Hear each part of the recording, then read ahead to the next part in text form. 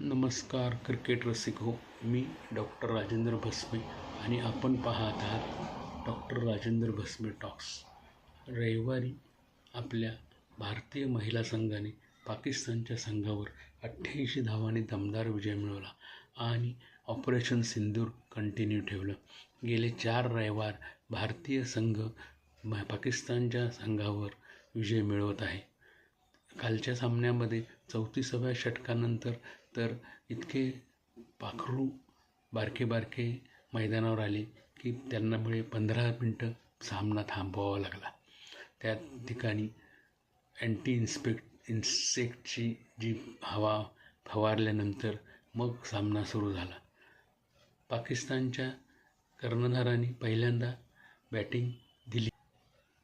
भारतीय महिलांनी 247 धावा केल्या. त्याचे उत्तर देताना मात्र पाकिस्तानचा संघ फक्त 159 धावात गारद झाला. त्यामुळे भारतीय महिलांना 88 धावांनी विजय मिळाला.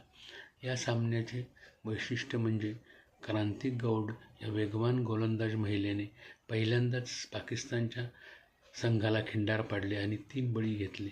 त्यामुळे त्या क्रांती गौडला सामनाचा उत्कृष्ट खेळाडू म्हणून पुरस्कार मिळाला. विदर्भ क्रिकेट असोसिएशनच्या विदर्भ संघाने रेस्ट ऑफ इंडिया म्हणजे शेष भारतवर दमदार कामगिरी विजय मिळवत इराणी चषक 3ऱ्यांदा पटकावला.